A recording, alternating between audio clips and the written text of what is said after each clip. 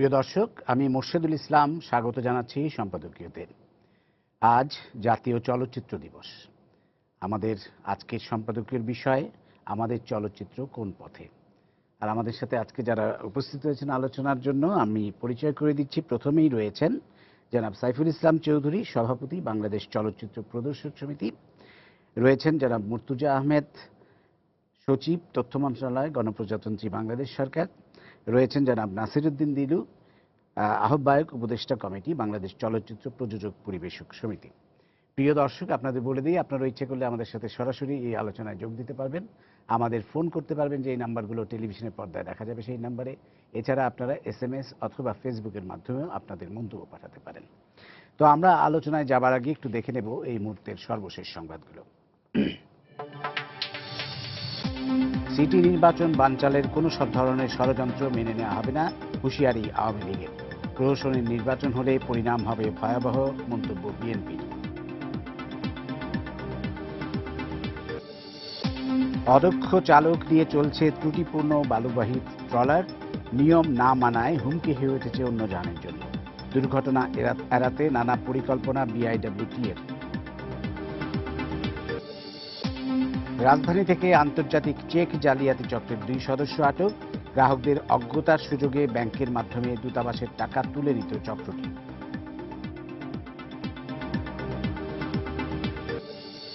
নববর্ষকে ঘিরে রাজধানী জুড়ে নানা আয়োজন। বৈশাখের আগেই বেড়ে গেছে ইলিশের দাম, প্রতি হালি বিক্রি হচ্ছে 10,000 টাকা পর্যন্ত।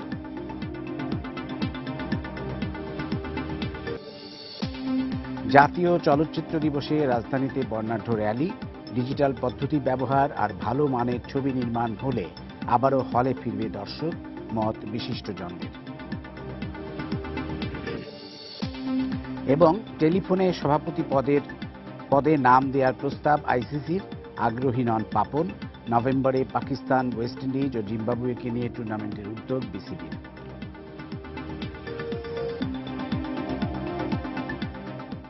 আমরা এবার চলে আসব সরাসরি আমাদের আজকের আলোচনায়, আমাদের চলচ্চিত্র কোন পথে। আমরা জানি আজ জাতীয় চলচ্চিত্র দিবস, এবং দর্শকদের জ্ঞাতার্থে বলে নেই যে 1957 সালের এই দিনে তৎকালীন প্রাদেশিক সরকারের শিল্পমন্ত্রী হিসেবে বঙ্গবন্ধু শেখ মুজিবুর রহমান পার্লামেন্টে বিল এনেছিলেন এফডিসি প্রতিষ্ঠার জন্য। সেই জন্যই বর্তমান সরকার এই দিনটিকে বেছে নিয়েছে জাতীয় চলচ্চিত্র দিবস হিসেবে। এবং সম্ভবত পৃথিবীর আর কোথাও চলচ্চিত্রের জন্য একটি দিবস নেই। এটি অত্যন্ত ইতিবাচক একটি দিক। এবং আমরা জানি যে এই সরকার কিন্তু চলচ্চিত্রের জন্য অনেক কিছু করেছে ইতিমধ্যেই। চলচ্চিত্রকে শিল্প হিসেবে ঘোষণা করেছে, দীর্ঘদিনের দাবির পরিপ্রেক্ষিতে চলচ্চিত্র ও টেলিভিশন ইনস্টিটিউট প্রতিষ্ঠা করেছে, ফিল্ম আর্কাইভের নতুন ভবন হচ্ছে, এফডিসির আধুনিকায়নের জন্য অর্থ বরাদ্দ করেছে সরকার, ডিজিটাল প্রেক্ষাগৃহের জন্য সরকারের প্রণোদনা আছে, এবং চলচ্চিত্র নীতিমালাও তৈরি হচ্ছে, প্রায় সমাপ্তির পথে। তো সবকিছু মিলিয়ে আমি প্রথমেই জনাব মুর্তুজা আহমেদ, আপনাকে বলবো তথ্য সচিব হিসেবে আপনি কি বলবেন যে সরকারের এই উদ্যোগগুলো কেন, এবং আপনারা এই উদ্যোগগুলোর ফলে আপনারা চলচ্চিত্র সংশ্লিষ্ট ব্যক্তি যারা আছেন তাদের কাছ থেকে কি প্রত্যাশা করেন?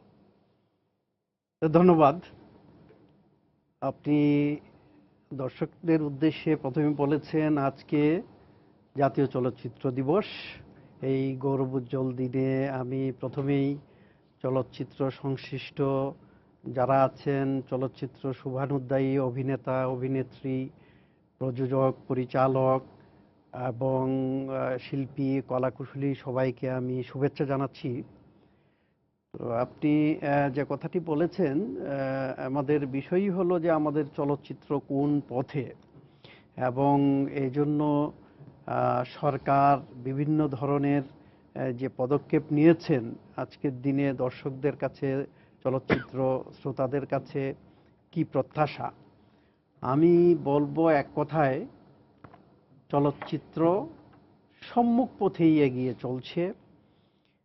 কারণ চলচ্চিত্র সংশ্লিষ্ট যারা শিল্পী, কলাকুশলী, অভিনেতা, অভিনেত্রী, প্রযোজক, পরিবেশক, তারা সকলেই কিন্তু তাদের শ্রম, দক্ষতা, মেধা দিয়ে উন্নত, সৃজনশীল এবং আধুনিক মানসম্পন্ন, শিল্পসম্পন্ন চলচ্চিত্র উপহার দেওয়ার চেষ্টা করে চলছেন। পাশাপাশি বর্তমান সরকার, আপনি জানেন, নিজেও বলেছেন, চলচ্চিত্রের সামগ্রিক উন্নয়নের জন্য নানামুখী পদক্ষেপ গ্রহণ করেছেন। আমি এই পদক্ষেপগুলিকে আমি সংক্ষেপে কয়েকটি ভাগে ভাগ করে আমি দর্শকদের উদ্দেশ্যে আমি বলতে চাই।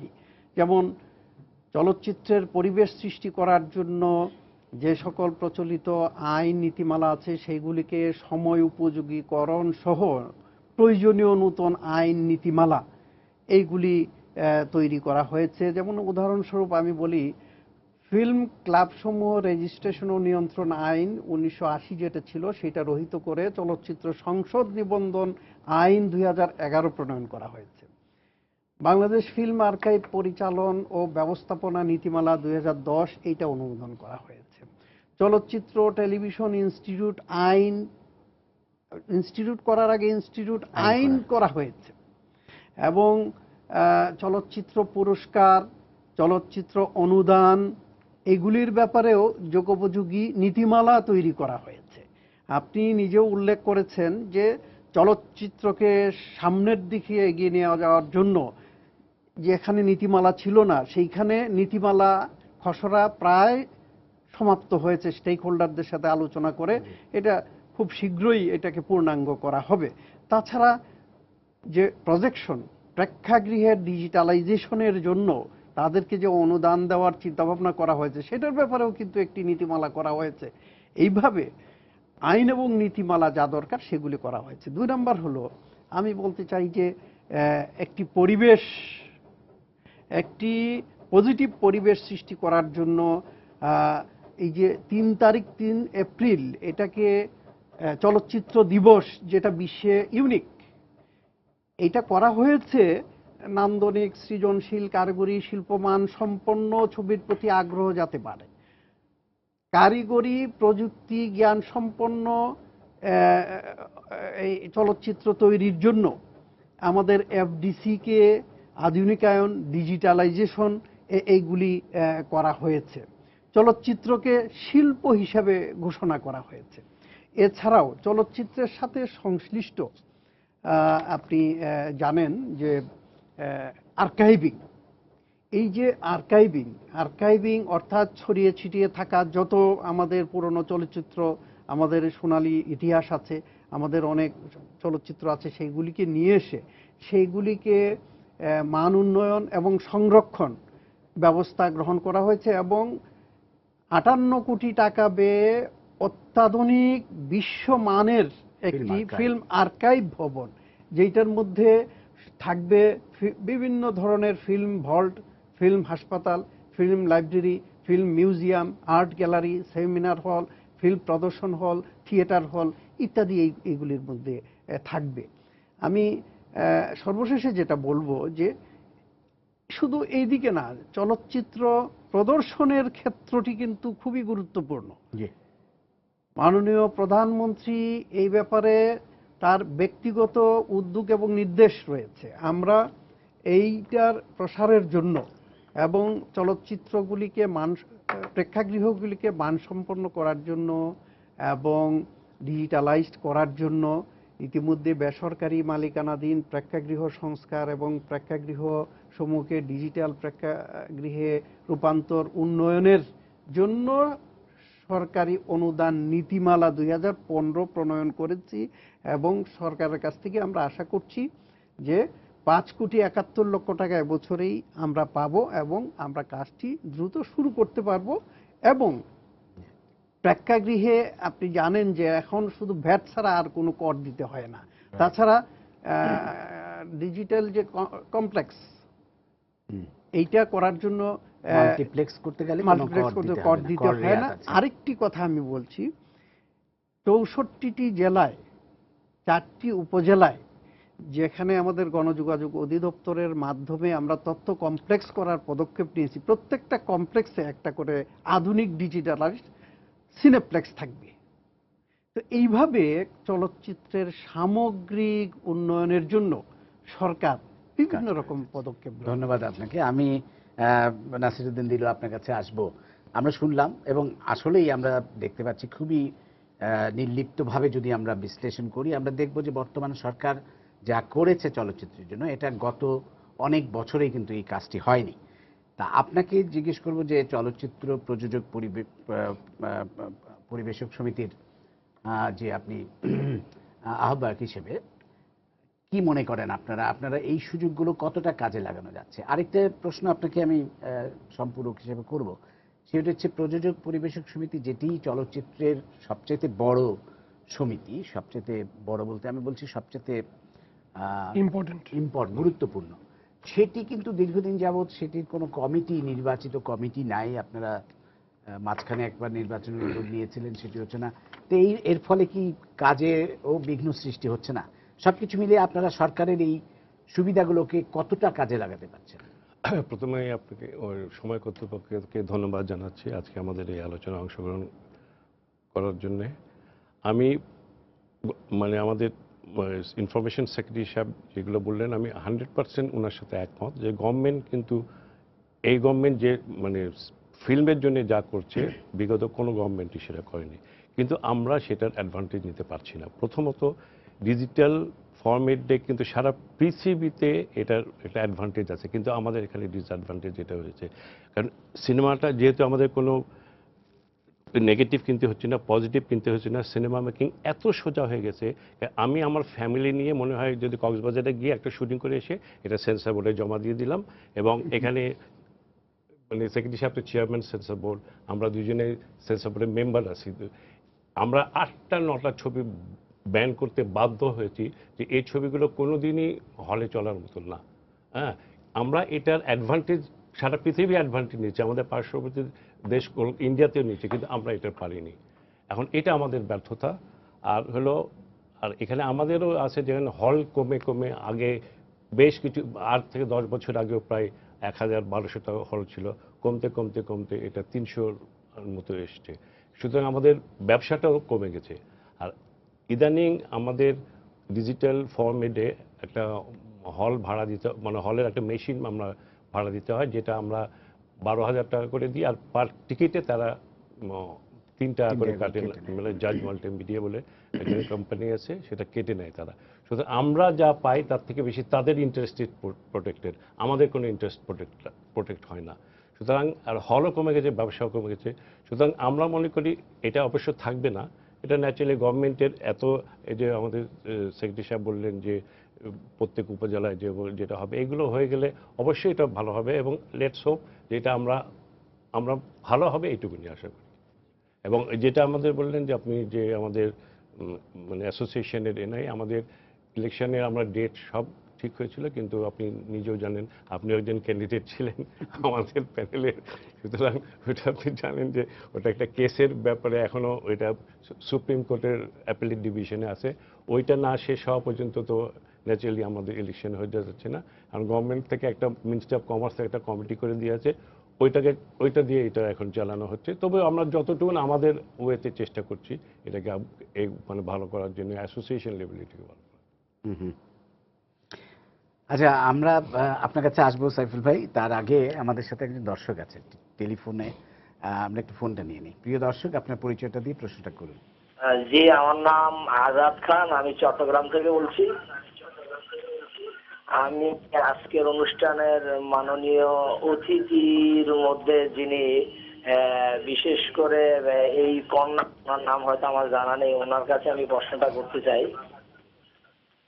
যে ইতিমধ্যে পুলিশ কর্তৃপক্ষ কর্তৃক একটি পত্রিকায় একটি আইন ঘোষণা দিছে যে পুলিশের অঙ্গভঙ্গি এবং পুলিশকে বিকৃতি করে কোনো নাটক কিংবা চলচ্চিত্রে অভিনয় করা যাবে না, এই ধরনের একটি পত্রপত্রিকায় আমরা ইতিমধ্যে দেখেছি। এক্ষেত্রে আমার প্রশ্ন হলো, যেখানে চলচ্চিত্রের আধুনিক যুগ হিসাবে চলচ্চিত্রের সাহিত্য শাসন দেওয়ার কথা, সেই দৃষ্টিকোণ থেকে পুলিশ কর্তৃপক্ষ কর্তৃক যদি এই ধরনের কোনো আইন করে চলচ্চিত্রের উপর চাপিয়ে দেওয়া হয়, তাহলে বর্তমান বাংলাদেশের প্রেক্ষাপটগুলি কি করে চলচ্চিত্রে চিত্রায়ন করা সম্ভব? ধন্যবাদ এটা কি আপনাকে, আরো- ধন্যবাদ। আসলে এটি একটি ব্যাখ্যা করার বিষয় আছে। পুলিশের পক্ষ থেকে একটি যে সার্কুলার দেওয়া হয়েছে সেটি হচ্ছে পুলিশ অনুরোধ করেছেন যে পুলিশের একটা জিনিস যেটা সমর্থনযোগ্য, যে পুলিশের র্যাঙ্ক যথাযথভাবে ইউজ করা হয় না। এক র্যাঙ্কের চরিত্র দেখানো হচ্ছে, অত অন্য র্যাঙ্কের ব্যাচ পড়ানো হয়েছে, বা চুল বড় থাকে ইত্যাদি ইত্যাদি, এইগুলো ব্যাপার সাবধান হতে বলেছেন। এগুলো এটা ঠিক আছে, কিন্তু সাথে সাথে যেটা বলেছেন যে পুলিশকে দেখাতে গেলে অনুমতি লাগবে বা পুলিশের নেতিবাচক ভাবমূর্তি দেখানো যাবে না, এটি আসলেই উদ্বেগের বিষয়। এই ধরনের মনোভাব যদি এখনো কোনো প্রতিষ্ঠানে থাকে, সেটি আমার মনে হয় চলচ্চিত্রের জন্য বা নাটক চলচ্চিত্র যাই হোক না কেন এই স্বাধীন শিল্প মাধ্যমের জন্য সহায়ক নয়। আমরা যদি টেলিভিশনে বা পত্রিকায় আমরা পুলিশের নেতিবাচক ভূমিকা যদি থাকে সেটা তুলে ধরা যায়, তাহলে চলচ্চিত্রে কেন যাবে না বা নাটকে কেন যাবে না? যাক, এটি একটি ভিন্ন বিষয়। এটি আমার মনে হয় যে আমি একজন চলচ্চিত্র নির্মাতা হিসেবে আমি মনে করি যে পুলিশের এই সার্কুলারটি অবশ্যই গ্রহণযোগ্য নয়, যদিও ওই র্যাঙ্কের ব্যাপার যথাযথভাবে অনুসরণ করা সেটি করা উচিত, এবং সেটি আমার মনে হয় এখানে আমি একটু বলি যে জি। এখানে আমাদের একজন মানে আমাদের সেন্সর বোর্ডে একজন মানে মেম্বার থাকেন হোম মিনিস্ট্রি থেকে। জি। আমার মনে হয় হি ক্যান তিনি দেখবেন, উনি তিনি দেখতে দেখবেন, পারেন। হ্যাঁ। অ্যাডিশনাল সেক্রেটারি লেভেলের তো হ্যাঁ, একজন মেম্বার আছেনই। অযথা নিশ্চয়ই নেতিবাচক ভাবমূর্তি এইটা দেখানো উচিত দেখেও হবে না। থাকেন, যেটা দিলু সাহেব বলেছেন যে সেন্সর বোর্ডে একজন সদস্য স্বরাষ্ট্র মন্ত্রণালয়ের প্রতিনিধি হিসাবে থাকেন। থাকেন। এখন ড্রেস কোড বা এইসব বিষয়ে বিশেষ কোনো আপত্তিকর কিছু থাকলে এটা ইতিমধ্যেই আমরা দেখেছি তারা এগুলি তুলে ধরেছে। উনি মার্ক করেও জি। দেন অবশ্যই। আমরা চলে যাই সাইফুল ইসলাম চৌধুরী, আপনার কাছে যাব। সবচেয়ে গুরুত্বপূর্ণ বিষয়টা আপনার কাছে যাব আমি, সেটা হচ্ছে প্রেক্ষাগৃহ। আমাদের কিন্তু সবচেয়ে বড় সমস্যা কিন্তু এখন প্রেক্ষাগৃহ দ্রুত কমে যাচ্ছে। আপনি জানেন প্রেক্ষাগৃহগুলোর যা অবস্থা, তাতে করে ভালো ছবি হলেও মানুষ কিন্তু সেই হলে যাচ্ছে না। সম্প্রতি আমরা যদি স্মরণ করি যে ভারতীয় ছবি মুক্তি পেয়েছে, যেটি নিয়ে অনেক বিতর্ক হয়েছে, কিন্তু সেই ভারতীয় ছবিগুলো কিন্তু ভালো দর্শক টানতে পারেনি, হয়তো প্রেক্ষাগৃহগুলোর অবস্থার জন্য। তো প্রেক্ষাগৃহগুলোর জন্য তো সরকার অনেক রকম প্রণোদনা দিচ্ছেন, তো প্রেক্ষাগৃহের অবস্থা কেন উন্নতি হচ্ছে না আপনি যদি একটু বলেন। প্রেক্ষাগৃহে এটা একটা ব্যবসা, সিনেমা হল পরিচালনা একটা ব্যবসা। বাংলাদেশে বেশ কিছুদিন হলো চলচ্চিত্রের স্বর্ণযুগ ছিল 90 দশক, 96, 97 পর্যন্ত ছিল। এর পরের থেকেই কিন্তু সিনেমা তৈরির মান নিম্ন দিকে, যার জন্য সিনেমা হলে সেল হচ্ছে না। না হওয়ার কারণে সিনেমা হলে লস হচ্ছে। এখন মালিকদের পক্ষ থেকে যদি একটা প্রতিষ্ঠানে যদি লাভ না হয়, তাহলে তার পক্ষে সিনেমা হলটা মেনটেন করা খুব কষ্টকর ব্যাপার। আপনি জানেন যে বাংলাদেশে 1200 সিনেমা হল ছিল। এখন 1200 জায়গায় আমি গত বছর 14 সাল পর্যন্ত আমি জানি যে 300 সিনেমা হল ছিল। এই ইদানিং এই আন্দোলনের অবরোধে যে 3 মাস, এই 3 মাসে 25টা সিনেমা হল বন্ধ হয়ে গেছে। আপনাকে আমি বলি, জেলা সদরের অন্তত 10টা জেলা সদরে আপনার সিনেমা হল নাই। এটা কিন্তু অ্যালার্মিং, অবশ্যই। বুঝলেন?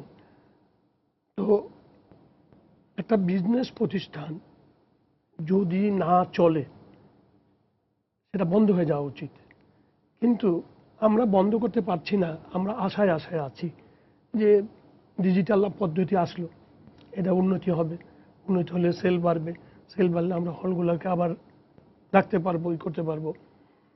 তো বন্ধ করতে গেলেও আমাদের সমস্যা, যেরকম আমাদের অ্যাক্টের লেবার আছে 40-50 জনের লোকের রুজি রোজগার কিন্তু এই সিনেমা হল থেকে হচ্ছে। 40-50 জন প্লাস 5 জন করে সদস্য ধরলে তার ফ্যামিলির অনেক লোক কিন্তু। তো এই সমস্ত কারণেই আমরা যাতে শ্রম না হয়, সেই জন্যই কিন্তু আমরা এটাকে ধরে রাখছি। আমাদের পক্ষে সিনেমা হল ধরে রাখা খুবই কষ্টকর ব্যাপার হচ্ছে। তবু আমরা আশায় আছি যে ডিজিটাল প্রযুক্তি আসছে, আমাদের গভর্নমেন্টও ডিজিটাল প্রযুক্তিকে কাজে লাগানোর জন্য অর্থ করে সাহায্য দেবেন সিনেমা হলে, প্লাস নতুন ধরনের মেশিনপত্র আসবে, উন্নত মানের চলচ্চিত্র পাবো, এই আশায় কিন্তু আমরা বুক বেঁধে আসি। আচ্ছা, কিন্তু একটি ব্যাপার মানে বলা হয় যে সিনেমা হল, অনেক সিনেমা হলের মালিকরাই দেখা যায় যে তারাই ম্যাক্সিমাম বেনিফিটটা নিয়ে নেন, প্রযোজক পরিবেশকরা তেমনভাবে পান না। বিশেষ করে মাল্টিপ্লেক্সগুলোর কথা যদি ধরা যায়, মাল্টিপ্লেক্সের মধ্যে হয়তো 300-350 টাকার টিকিট, সেই টিকিটের খুবই নগণ্য একটি অংশ হয়তো প্রযোজক পায়। এটা আপনি কি বলেন? এখানে আমি বলবো যে পার্শ্ববর্তী দেশ ভারতে সিনেপ্লেক্স বা মাল্টিপ্লেক্স যেটাই বলেন, দ্যাট মিনস একটার বেশি স্ক্রিন, Right. এটাকে বলা হয় স্ক্রিন, 2টো স্ক্রিন, 3টা স্ক্রিন, 4টা স্ক্রিন। সেখানে কিন্তু একটা নীতিমালা আছে যে ইন্ডিয়াতে আমি যতদূর জানি 300 টাকার বেশি টিকিটের মূল্য করা যাবে না। যদি 2টো ক্লাস হয় তাহলে 300 হাইয়েস্ট, আর নিচে। তো এখানে শতকরা 2 টাকা ট্যাক্স। তো 300 টাকা যে টিকিটটা বিক্রি হলো সেখানে আপনি 6 টাকা ট্যাক্স বাদ দিয়ে 294 টাকা ডিস্ট্রিবিউটারের সঙ্গে এক্সিবিটার শেয়ার করবে। ইট ইজ 50-50, 50 টাকা, শতকরা 50 টাকা পাবে ডিস্ট্রিবিউটার, শতকরা 50 টাকা পাবে সিনেমা হল। এখানে সিনেমা হলের মেনটেন করার জন্য বা প্রদর্শন করার জন্য বা মেশিনের জন্য কোনো খরচা কাটা হয় না। কিন্তু বাংলাদেশে যে সিনেমা প্লেসগুলো হয়েছে তারা এয়ার কন্ডিশন চার্জ কাটেন, অমুক ট্যাক্স কাটেন, অমুক করেন, মেনটেনেন্স টেনটেনেন্স কেটে গিয়া আমি যতদূর জানি ব্লকবাস্টারে 450 টাকার টিকিটে 52 টাকা ডিভিজেবল শেয়ার হয় ডিস্ট্রিবিউটর এবং এক্সিবিটার সঙ্গে ভাগ করার। তারপরেও আবার এই 52 টাকা থেকে 25% পাবে ডিস্ট্রিবিউটর, 75% পাবেন সিনেপ্লেক্সের মালিক। এটা বেআইনি, এটা জুলুম করা হচ্ছে প্রডিউসার ডিস্ট্রিবিউটরদের উপরে। সেই জন্য আমি মনে করি যে আমাদের সরকারি তরফ থেকে আমাদের মাননীয় সচিব সাহেব এখানে আছেন, ওনার কাছে আমার অনুরোধ যে আপনারা যেহেতু নতুন করে চলচ্চিত্র নীতিমালা হচ্ছে, এই নীতিমালার মধ্যেই সিনেপ্লেক্সের একটা নীতিমালা করা উচিত, যাতে প্রযোজক এবং ডিস্ট্রিবিউটর তাদের ন্যায্য হিস্সাটা ওখান থেকে পান।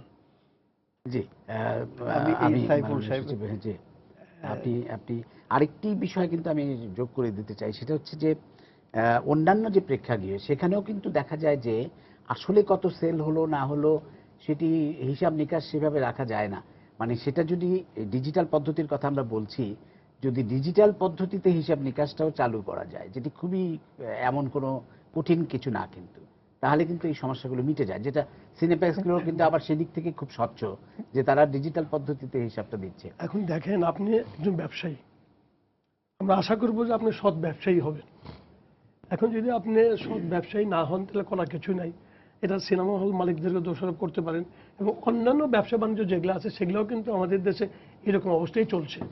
তবে আমি একটা কথা আপনাকে বলবো, মূল কথা যেটা আমাদের এই চলচ্চিত্র ব্যবসায়ের মেইন জিনিসটা কিন্তু চলচ্চিত্র, ছবি।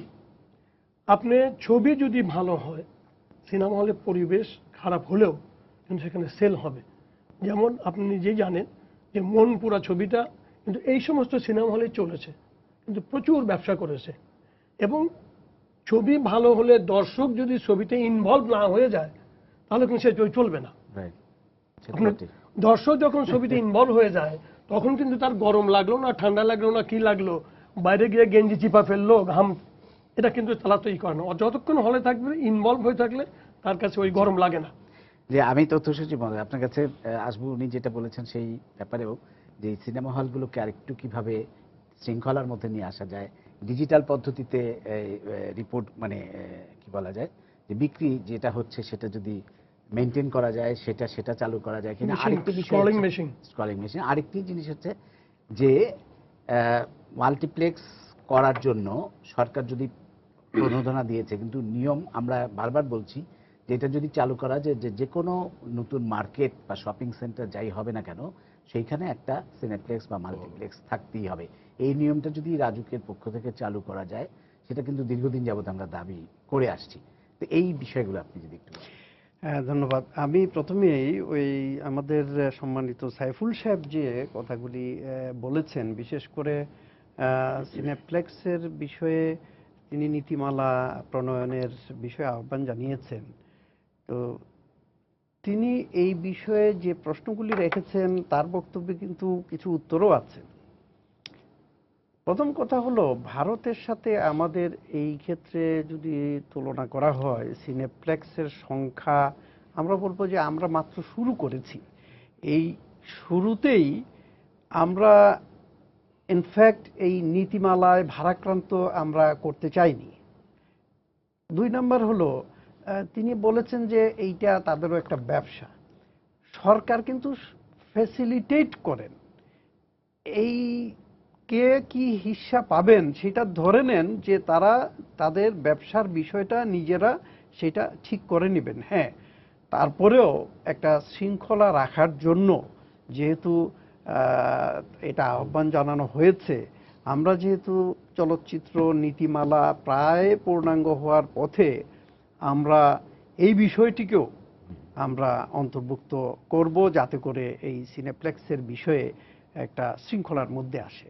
আর আপনি শেষে যে কথাটি বলেছেন যে যে কোনো একটি শপিং সেন্টার এটি করার সময় যাতে কম্পালসারিলি সেইখানে একটি সিনেপ্লেক্স থাকে।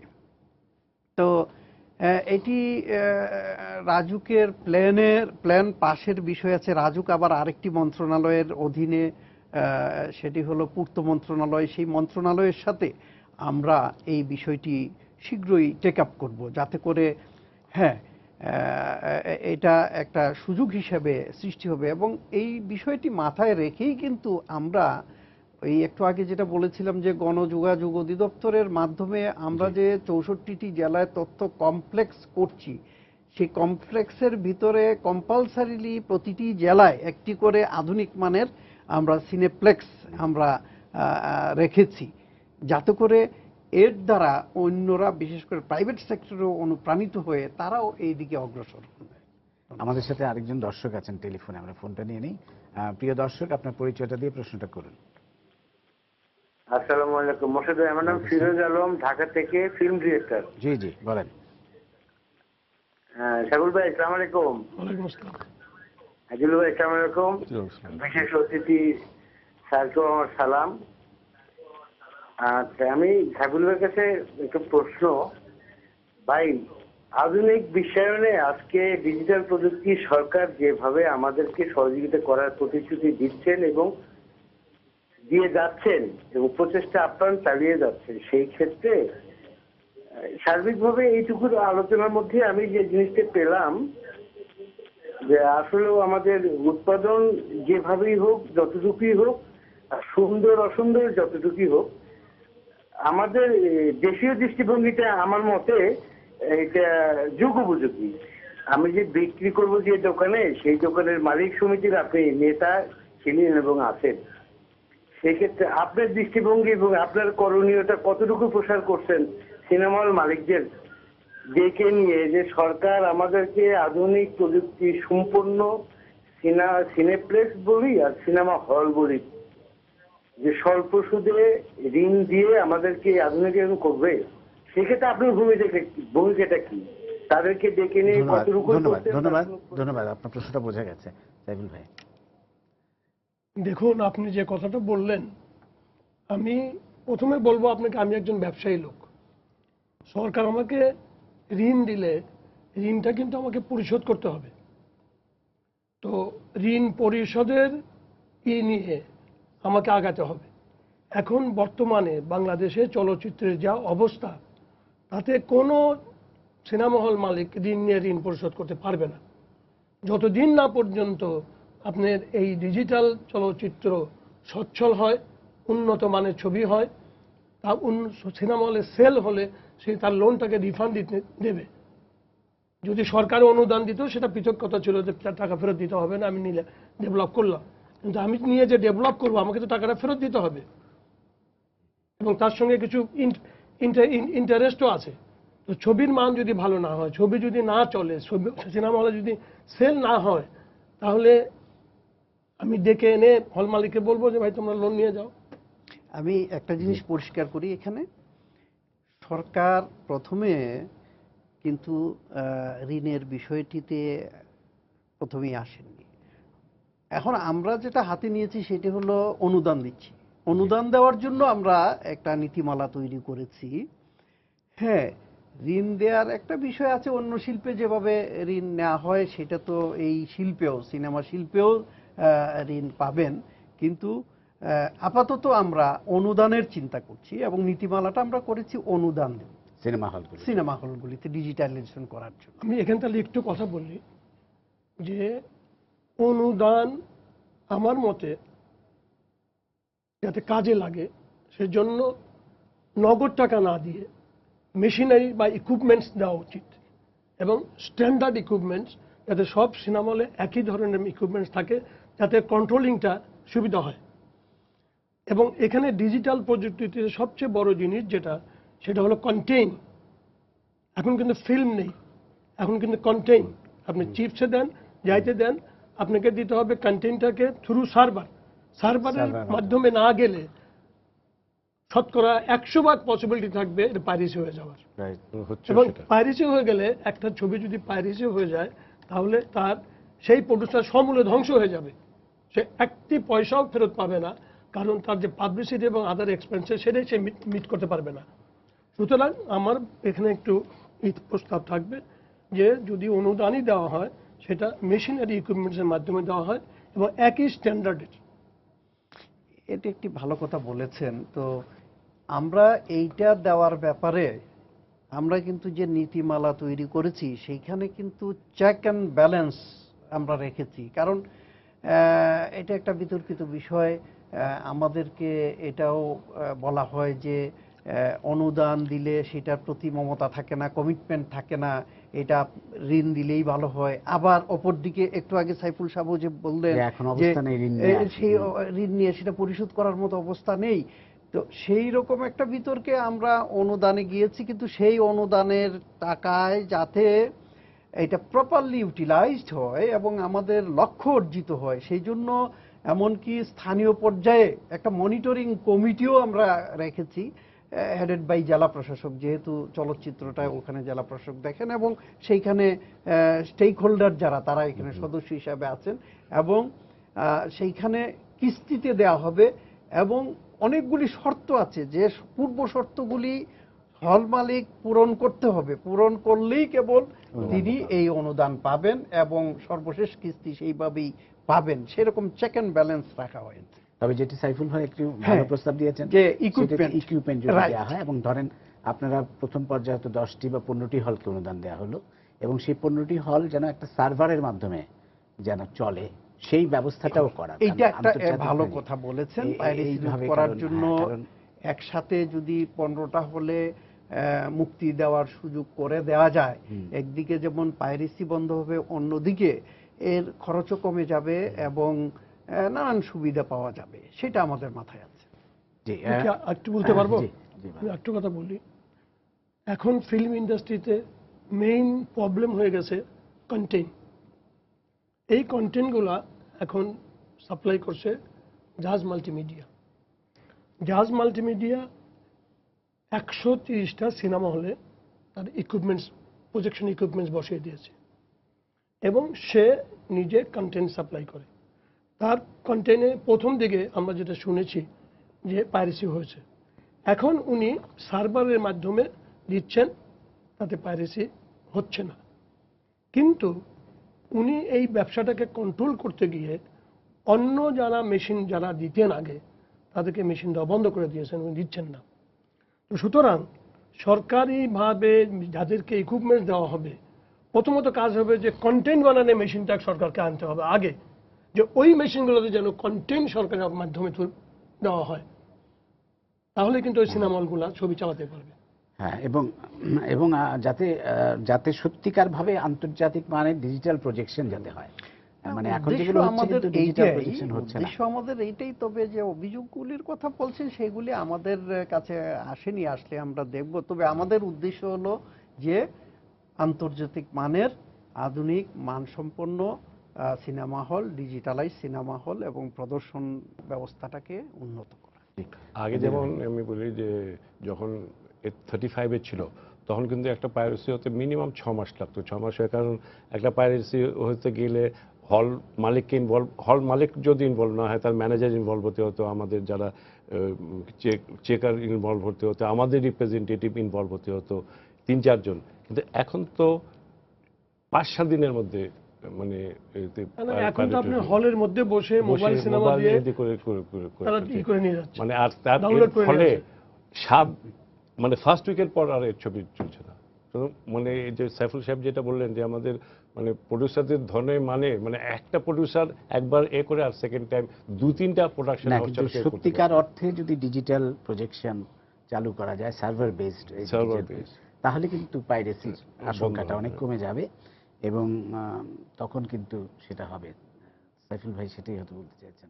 তো দিলু ভাই, আপনি শেষ, আমাদের সময় প্রায় শেষ, প্রযোজক সমিতির প্রতিনিধি হিসেবে আপনি কি বলবেন যে এই যে শিল্প হিসেবে ঘোষণা করেছে সরকার, তা আপনারা কি ছবি বানানোর জন্য ব্যাংক থেকে ঋণ নেয়ার কোনো চেষ্টা এই পর্যন্ত করেছেন?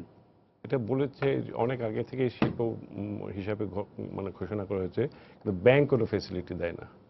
আমাদের কিছু প্রযোজক অ্যাপ্রোচ করেছে কিন্তু ওরকম কোনো মানে ফ্যাসিলিটি তারা পাচ্ছেন না ব্যাংক থেকে। সেটা কি আপনারা কি মাননীয় তথ্য সচিব, আপনারা কি কোনো বাংলাদেশ ব্যাংকের সাথে বসে বা এই ব্যাপারটা একটা কোনো রকম যাতে ব্যাংক যাতে ফ্যাসিলিটিস দেয় অন্যান্য শিল্পের মতো? না, ঠিক আছে, কথাটি আমরা শুনলাম যে ব্যাংক সেই ফ্যাসিলিটি দিচ্ছেন না, এটা না দেওয়ার কোনো কথা না। তো আমরা শীঘ্রই ব্যাংকের সাথে, বাংলাদেশ ব্যাংকের সাথেও বসে এটা নিরসন করব। ধন্যবাদ আপনাদের। আজকে আমরা একটা চমৎকার আলোচনায় মিলিত হলাম। তবে আমরা আশা করব যে আমাদের চলচ্চিত্র ডিজিটাল প্রযুক্তির দিকে এগিয়ে যাচ্ছে। আজকে আমরা একটা সেমিনারও করলাম এবিটিসিতে ডিজিটাল চলচ্চিত্রের সম্ভাবনা নিয়ে। তো এই ডিজিটাল প্রযুক্তি দ্রুত এগিয়ে যাবে আমাদের দেশেও, এবং সত্যিকার অর্থে যে ডিজিটাল। দিলু ভাই একটা কথা বলেছেন যে অনেক আজে বাজে ছবি হচ্ছে, মানে সেন্সর বোর্ডে আপনারা কয়েকটি ছবিকে সেন্সর দিতে পারেননি। এটাও কিন্তু একটা নতুন প্রযুক্তির কিছু সুফল যেমন আছে, কুফলও আছে। যেমন আমি এখানে সেদিন একটা ছবি দেখেছি, মানে নামটা বলে গেলাম, এত হাইলি টেকনিক্যালি ডেভেলপ ছবিটা আপনি দেখেছিলেন, আপনি সেদিন ছিলেন কিনা জানি না, মানে মনে হলো যে রিয়েল সেন্স একটা ডিজিটাল ফরম্যাটের ছবি দেখলাম। এটা কার ছবি ছিল সাইফুল? মানে সেরকম না, সে তো হচ্ছে, কিন্তু তার পাশাপাশি কিছু আগাছাও তৈরি হবে, সেটা বটেই, সেগুলো ঝরে যাবে। তা আমরা যেন টোটালি মানে সত্যিকার অর্থে যে ডিজিটাল চলচ্চিত্র নির্মাণ এবং ডিজিটাল প্রদর্শন সেটা চালু করতে পারি। আমাদের সরকার কিন্তু আমাদের সাথে আছে, সুতরাং আমরা সরকারকে আরেকবার ধন্যবাদ জানাতে চাই আপনার মাধ্যমে। আচ্ছা, একটা সেকেন্ড আমি সময় নিচ্ছি, যেহেতু আমরা প্রদর্শনের বিষয়টা বেশি আলোচনা করেছি। একটা যুগান্তকারী পদক্ষেপ হয়েছে চলচ্চিত্র এবং টেলিভিশন ইনস্টিটিউট। জি জি, অবশ্যই এইটা একটা যুগান্তকারী পদক্ষেপ গ্রহণ করা হয়েছে এবং ইতিমধ্যে কোর্স চালু হয়েছে। জি, এবং 1 বছর সম্পূর্ণ করেছে, যেটা সুফল আমরা আগামীতে নিশ্চয়ই পাবো। সব মিলিয়ে আমরা একটা অবশ্যই চলচ্চিত্রের সুবাতাস আশা করতে পারি। আপনাদের সবাইকে ধন্যবাদ। প্রিয় দর্শক, সবাইকে শুভেচ্ছা জানিয়ে শেষ করছি আজকের সম্পাদকীয়। আগামীকাল আবারও দেখা হবে রাত 10টায়। দেখার আমন্ত্রণ রইল। শুভরাত্রি।